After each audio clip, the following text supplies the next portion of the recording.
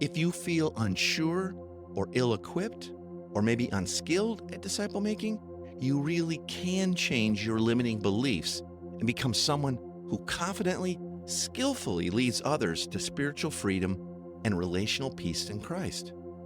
You really can make disciples of Jesus, and you can create a culture of discipleship that others will embrace and thrive in too. Now, I gotta be honest, changing our beliefs and how you see things is not always easy. All progress, though, starts with the truth. So, start by looking at what your current beliefs about discipleship and mission are. Maybe we'll uncover some lies in the process.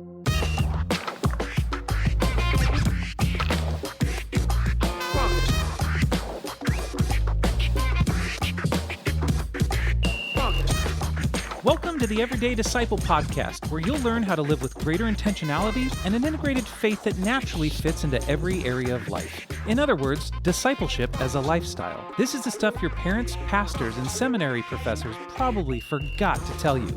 And now, here's your host, Caesar Kalinowski. How's it going? I hope you're having a good week. I am. I'm just getting ready to head off to a couples retreat in Tennessee, just a handful of couples that we have with us in coaching. And we're going to kind of live like a missional community for a week and have some fun and some food and some fishing. I like that assonance, huh? Fun, food, fishing.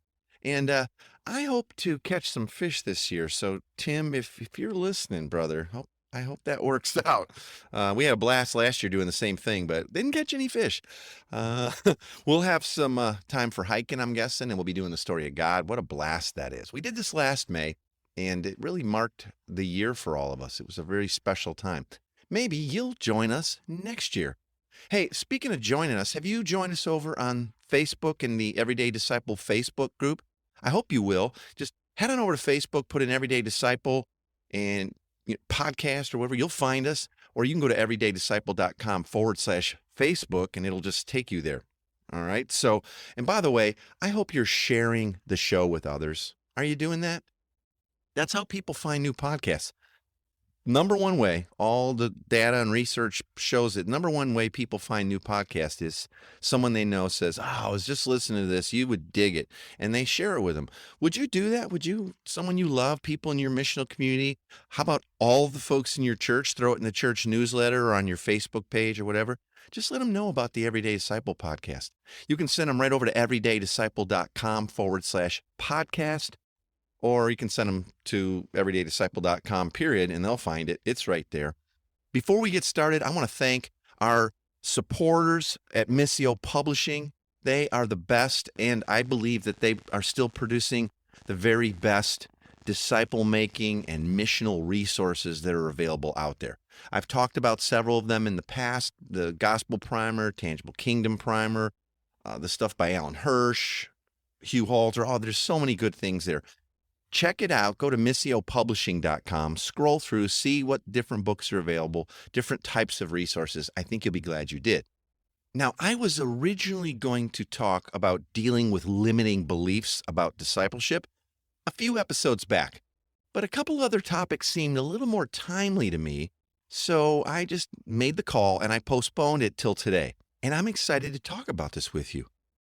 As Christians, we most often use the word belief in connection to our faith and the Bible, but we also have beliefs that shape our lives connected to pretty much every action or inaction in our lives. A belief is an assumption that we have about ourselves or something in our life and how it operates. And those beliefs have usually been created and distorted and made up essentially from the experiences that we've had in our life. And they're usually formed at an early age or along the way, and they've been a part of our life, maybe our whole life. They don't even feel like options. They just feel like the way it is. Now, some of those beliefs may have even contributed to some of the success that we've experienced in the past. But at a certain point, they no longer serve us as well. It's not the same. Things have changed, but we're still clinging to those maybe old or false limiting beliefs. We can form beliefs that limit us or keep us plateaued or stuck in some area of our life. Often what we believe and seem certain of, it's actually wrong. or we're not as right as we think we are.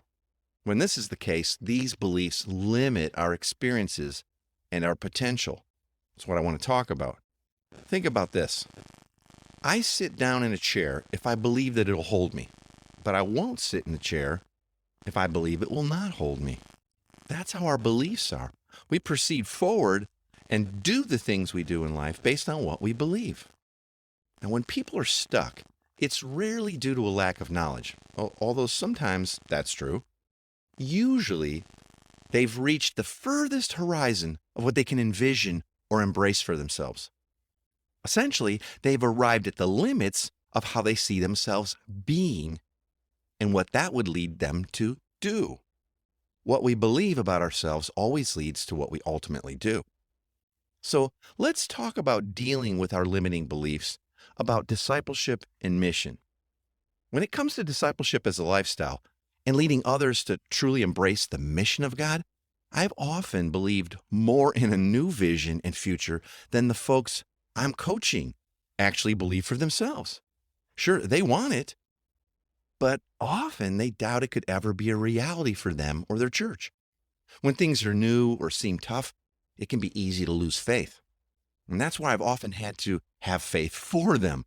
I have to loan them the faith I have from the experience and success in making disciples that God's given me, God's given us.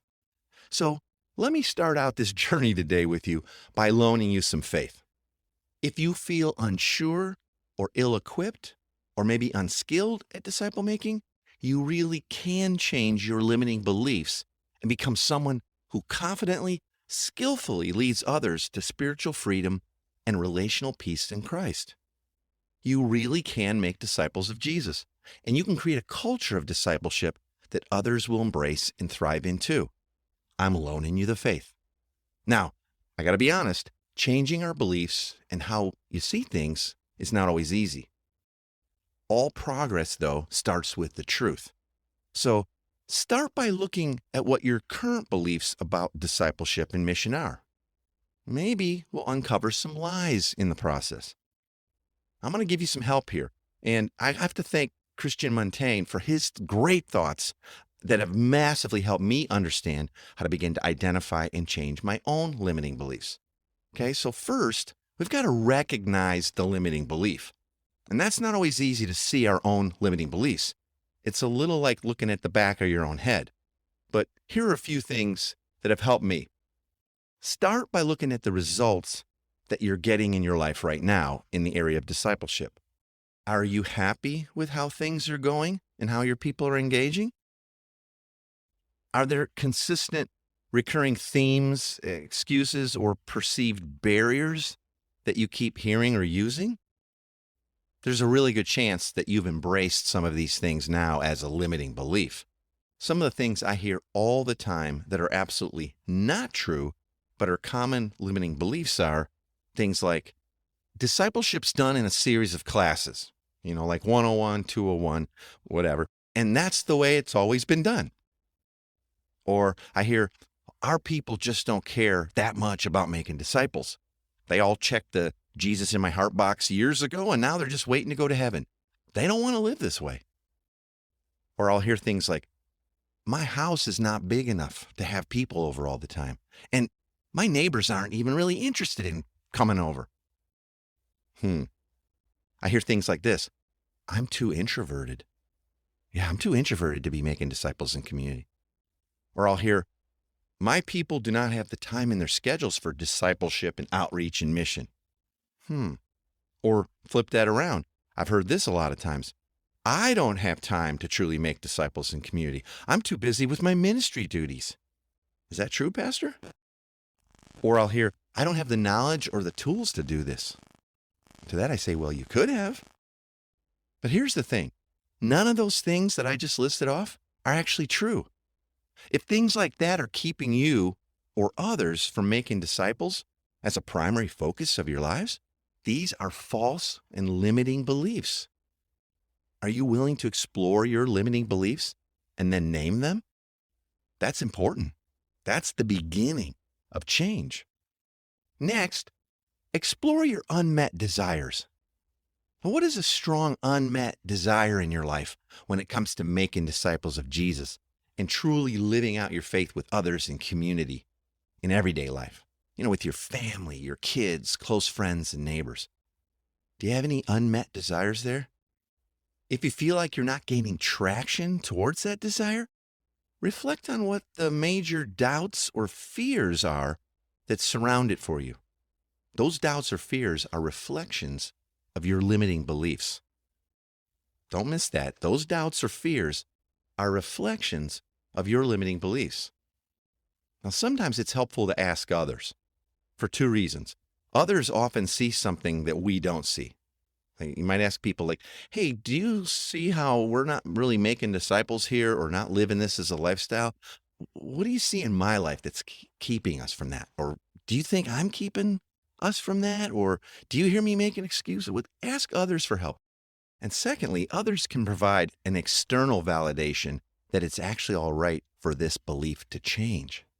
You know what I mean? They can help us identify some of our limiting beliefs, but they can also validate it's okay to change that. No, we don't have to stay stuck there. Now, second, describe the new, better belief that you want. Because you can't just discard an old belief usually without replacing it with a new one. And this is often a gradual and developing process. The vision doesn't always just spring out fully formed. It often needs to grow, and you experience a little success, and then you grow some more. What would be a new, better belief about discipleship and leading others as a lifestyle into this? What do you think? What would be a new, better belief about discipleship? Give yourself a specific direction to start growing towards. And here's a tip. Take courageous action, but do it in short sprints towards these new beliefs. Don't go for the full, immediate overhaul. Replace one limiting belief at a time and put great effort into the new, better belief and helping others do the same. I think that'll help. Number 3, be honest. Are you willing to do what you've never done to experience what you've never experienced? Change is hard, and it often involves facing our fears. But the path to a better future is rarely as difficult as our imagination makes it out to be. Yeah, there's boogeymen hiding all over the place, but they're not real. Just turn on the light. What will this change be worth to you? What would make it worth it for you? Are you truly willing to try that? I got a good friend who was a senior pastor at a church, and it was a pretty old fundamental church, and his elders and old-time stakeholders, according to him, were against everything. He was trying to move towards missional, and everything we were suggesting and training and coaching towards is just, all these old-timers, they're just against everything. Until he started to change his beliefs about some things and try some new things. He started inviting the elders as couples over for dinner and said, no shop talk. We're just going to hang out and get to be a family. And they started building deeper relationships. And out of that, he invited them all as couples to go through the gospel primer together over 8 weeks. And they spent 8 weeks, a little bit each day, getting together once a week, going deeper into the implications of the gospel and what it looks like to live it out in community. And they all loved it. See, originally he had a limiting belief that they're the ones that are against everything. And actually, it was just a small voice here or there. It wasn't true, but it was limiting. Number 4, what environments or events trigger your limiting beliefs? Identify your triggers, those things that seem to provoke your limiting beliefs to pop up and take over and stall you from moving forward. If you can remove or limit your exposure to negative triggers, and sometimes that's certain people, then do so. But mostly just be aware of the things that trigger you and cause you to shrink back and not move forward in creating a culture of discipleship and a lifestyle for yourself and your family. Number 5, get some help. It's difficult, but not impossible, but it's hard to change on your own.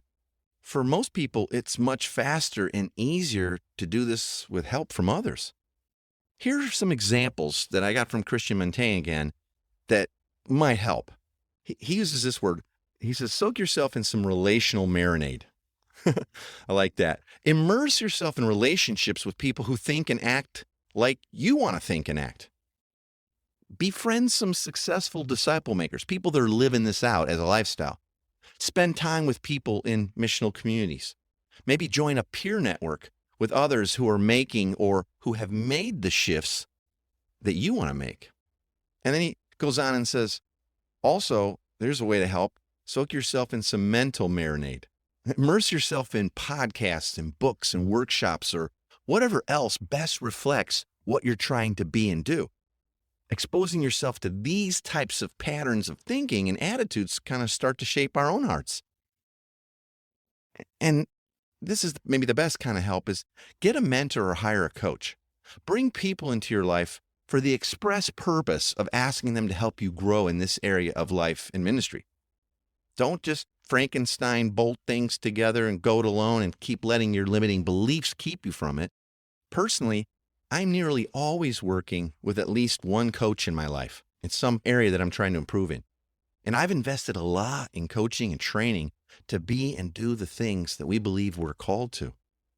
So I only have one life, and I need accountability sometimes to change and get to action. Because I want to spend more time living a lifestyle of discipleship and mission and less time trying to figure out how to do it. Those you lead and the community around you will all benefit from your pursuit of growth in this. And I want to encourage you, don't leave your future or your potential to chance. Take this seriously and take action. Remember, I'm loaning you the faith to get started. And I'm here for you if you want help. If that's me and I can help, great. If you want to start moving past your limiting beliefs about discipleship and mission as a lifestyle, if you want to get a full framework for discipleship and mission and some help implementing that, well, can I invite you to check out the coaching that we offer? Head on over to everydaydisciple.com/coaching. There's a lot of information there. And there's a way to sign up and we can hop on a Zoom call if you'd like. And I'm happy to answer any questions you have. Maybe you're not ready for that and you just want to talk. You got some questions you just like to ask me. I'm happy to. Now let's get to the big 3 takeaways from today's topic. If nothing else, I want you to have these. Don't want you to miss them. Maybe you're out walking or riding in the car or something else. Can't write them down. I've done that for you. I'll send you a printable PDF of this week's Big 3 as a free download by going to everydaydisciple.com/Big 3. Here's the Big 3 for this week. Number 1, start by looking at the results that you're getting in your life right now in the area of discipleship. Are you happy with how things are going and how your people are engaging? Are there any consistent recurring themes, excuses, or perceived barriers that you keep hearing or using yourself? There's a really good chance that you've embraced some of these things as a limiting belief. Name them and start to replace them with better beliefs. Number 2, God's desire is that you would live with spiritual freedom and relational peace. This is what Jesus came to model for us and then commanded his disciples, that's us today, to go and live the same way, making more disciples. He's placed his own Holy Spirit within you and not giving you a spirit of fear or limitation. Don't let your limiting beliefs or fears or dead traditions stop you from embracing the life that Jesus died to give you.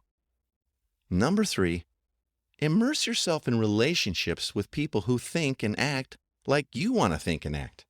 Get into a peer network with some others who are making or who have made the shifts that you want to make. Immerse yourself in podcasts and books and workshops and whatever else that best reflects what you're trying to be and do. Because exposing yourself to this new thinking and attitudes, that starts to shape your own. And I encourage you to be proactive and get a mentor or coach and ask them to help you grow in making disciples in this area of your life and ministry. And if that's us, if we can help with that, great. Again, just at least check out the coaching that we offer over everydaydisciple.com/coaching. I'd love to at least talk with you. Maybe we can help. All right, well, time's up today. I hope you'll join me next week. I'll be asking the question, are you believing what God says about you? And I'll be joined by author and amazing speaker and disciple maker, Joe Saxton. You won't want to miss it. I'll talk to you soon. Thanks for joining us today. For more information on this show and to get loads of free discipleship resources, visit everydaydisciple.com. And remember, you really can live with the spiritual freedom and relational peace that Jesus promised every day.